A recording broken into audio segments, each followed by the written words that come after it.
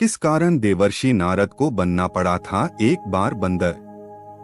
श्री नारद बड़े ही तपस्वी और ज्ञानी ऋषि हुए, जिनके ज्ञान और तप की माता पार्वती भी प्रशंसक थीं। तब ही एक दिन माता पार्वती श्री शिव से नारद मुनि के ज्ञान की तारीफ करने लगी। शिव ने पार्वती जी को बताया कि नारद बड़े ही ज्ञानी हैं, लेकिन किसी भी चीज का अहंकार अच्छा नहीं होता है। एक बार नारद को इसी अहंकार घमंड के कारण बंदर बनना पड़ा था। यह सुनकर माता पार्वती को बहुत आश्चर्य हुआ। उन्होंने श्री शिव भगवान से पूरा कारण जानना चाहा। तब श्री शिव ने बतलाया, इस संसार में कोई कितना ही बड़ा ज्ञानी हो, लेकिन श्री हरि जो चाहते हैं वो उसे बनना ही पड़ता है। नारद को एक बार अपने इसी तप और बुद्धि का अहंकार घमंड हो गया था। इसलिए नारद को सबक सिखाने के लिए श्री विष्णु को एक युक्ति सूझी। हिमालय पर्वत में एक बड़ी पवित्र गुफा थी। उस गुफा के निकट ही गंगा जी बहती थीं। वह परम पवित्र गुफा नारद जी को अत्यंत सुहावनी लगी। वहां पर के पर्वत, नदी और वन को देखकर उनके हृदय में श्री हरि विष्णु की भक्ति अत्यंत बलवती हो उठी और वे वहीं बैठकर तपस्या में लीन हो गए। नारद मुनि की इस तपस्या से देवराज इंद्र भयभीत हो गए कि कहीं देवर्षि नारद अपने तप के बल से उनका स्वर्ग नहीं छीन लें। इंद्र ने नारद की तपस्या भंग करने के लिए कामदेव को उनके पास भेज दिया। वहां पहुंचकर कामदेव ने अपनी माया से वसंत ऋतु को उत्पन्न कर दिया। पेड़ और पत्ते पर रंग बिरंगे फूल खिल गए, कोयले कूकने लगी और भौरे गुंजार करने लगे। कामाग्नि को भड़काने वाली शीतल डॉट मंद सुगंध सुहावनी हवा चलने लगी। रंभा आदि अप्सराएं नाचने लगी। किंतु कामदेव की किसी भी माया का नारद मुनि पर कुछ भी प्रभाव नहीं पड़ा। तब कामदेव को डर सताने लगा कि कहीं नारद मुझे शाप न दे दें। इसलिए उन्होंने श्री नारद से क्षमा मांगी। नारद मुनि को थोड़ा भी क्रोध नहीं आया और उन्होंने कामदेव को क्षमा कर दिया। कामदेव वापस अपने लोक में चले गए। कामदेव के चले जाने पर नारद मुनि के मन में अहंकार घमंड हो गया कि मैंने कामदेव को जीत लिया।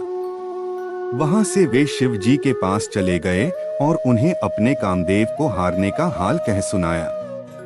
भगवान शिव समझ गए कि नारद को अहंकार हो गया है। शंकर जी ने सोचा कि यदि इनके अहंकार की बात विष्णु जी जान गए तो नारद के लिए अच्छा नहीं होगा। इसलिए उन्होंने नारद से कहा कि तुमने जो बात मुझे बताई है उसे श्री हरि को मत बताना। नारद जी को शिव जी की यह बात अच्छी नहीं लगी। उन्होंने सोचा कि आज तो मैंने कामदेव को हराया है और ये भी किसी को नहीं बताऊं। नारद जी क्षीर सागर पहुंचे गए और शिव जी के मना करने के बाद भी सारी कथा उन्हें सुना दी। भगवान विष्णु समझ गए कि आज तो नारद को अहंकार घमंड ने घेर लिया है। अपने भक्त के अहंकार को वे सह नहीं पाते, इसलिए उन्होंने अपने मन में सोचा कि मैं ऐसा उपाय करूंगा कि नारद का घमंड भी दूर हो जाए और मेरी लीला भी चलती रहे। नारद जी जब श्री विष्णु से विदा होकर चले तो उनका अभिमान और भी बढ़ गया। इधर श्री हरि ने अपनी माया से नारद जी के रास्ते में एक बड़े ही सुंदर नगर को बना दिया। उस नगर में शीलनिधि नाम का वैभवशाली राजा रहता था। उस राजा की विश्व मोहिनी नाम की बहुत ही सुंदर बेटी थी, जिसके रूप को देखकर लक्ष्मी भी मोहित हो जाएं। विश्व मोहिनी स्वयंवर करना चाहती थी, इसलिए कई राजा उस नगर में आए हुए थे।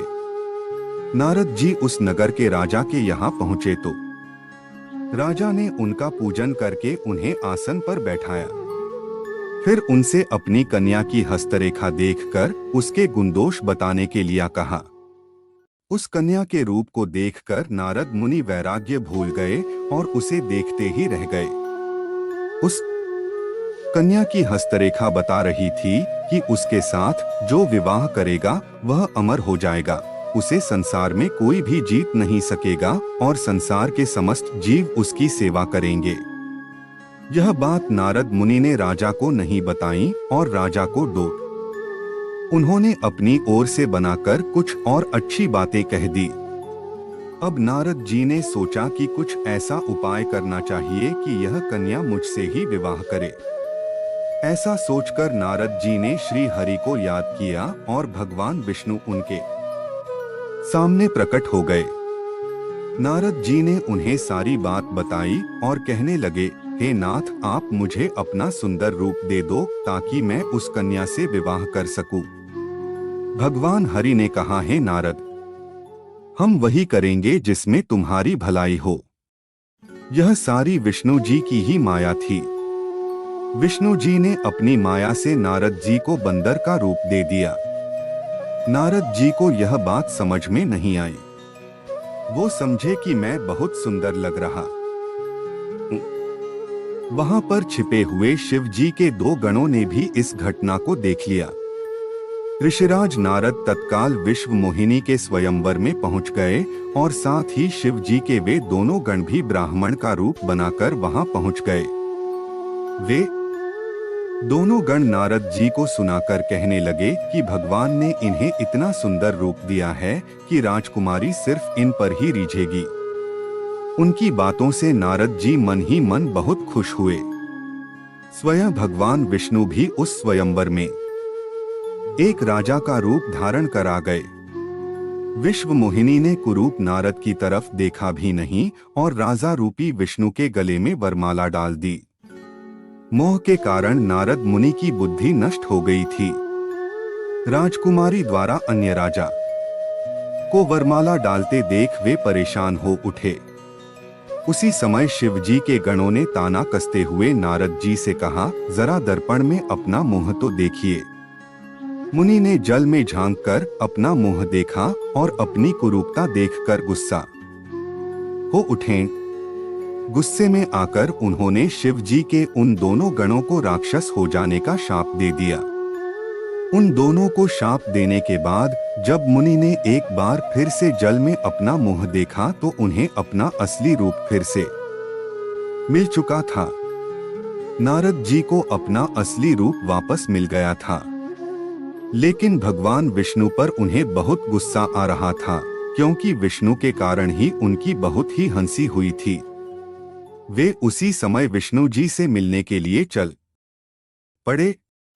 रास्ते में ही उनकी मुलाकात विष्णु जी, जिनके साथ लक्ष्मी जी और विश्व मोहिनी भी थी, से हो गई। उन्हें देखते ही नारद जी ने कहा, आप दूसरों की खुशियां देख ही नहीं सकते। आपके भीतर तो ईर्ष्या और कपट ही भरा हुआ है। समुद्र मंथन के समय आपने श्री शिव को बावला बनाकर विष और राक्षसों को मदिरा पिला दिया और स्वयं लक्ष्मी जी और कौस्तुभ मणि को ले लिया। आप बड़े धोखेबाज और मतलबी हो, हमेशा कपट का व्यवहार करते हो। हमारे साथ जो किया है उसका फल जरूर पाओगे। आपने मनुष्य रूप धारण करके विश्व मोहिनी को प्राप्त किया है, इसलिए मैं आपको शाप देता हूं कि आपको मनुष्य जन्म लेना पड़ेगा। आपने हमें स्त्री से दूर किया है, इसलिए आपको भी स्त्री से दूरी का दुख सहना पड़ेगा। और आपने मुझको बंदर का रूप दिया, इसलिए आपको बंदरों से ही मदद लेना पड़े। नारद के शाप को श्री विष्णु ने पूरी तरह स्वीकार कर लिया और उन पर से अपनी माया को हटा लिया। माया के हट जाने से अपने द्वारा दिए शाप को याद करके नारद जी को बहुत दुख हुआ, किंतु दिया गया शाप वापस नहीं हो सकता था। इसीलिए श्री विष्णु को श्री राम के रूप में मनुष्य बनकर अवतरित होना पड़ा। शिव जी के उन दोनों गणों ने जब देखा कि नारद अब माया से मुक्त हो चुके हैं, तो उन्होंने नारद जी के पास आकर और उनके चरणों में गिरकर कहा, हे मुनिराज, हम दोनों शिव जी के गण हैं। हमने बहुत बड़ा अपराध किया है, जिसके कारण हमें आपसे शाप मिल चुका है। अब हमें अपने शाप से मुक्त करने की कृपा करें।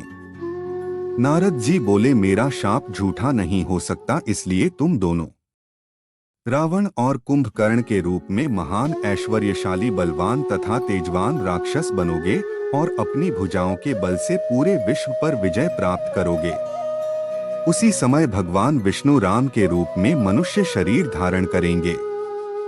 युद्ध में तुम दोनों उनके हाथों से मारे जाओगे और तुम्हारी मुक्ति हो जाएगी।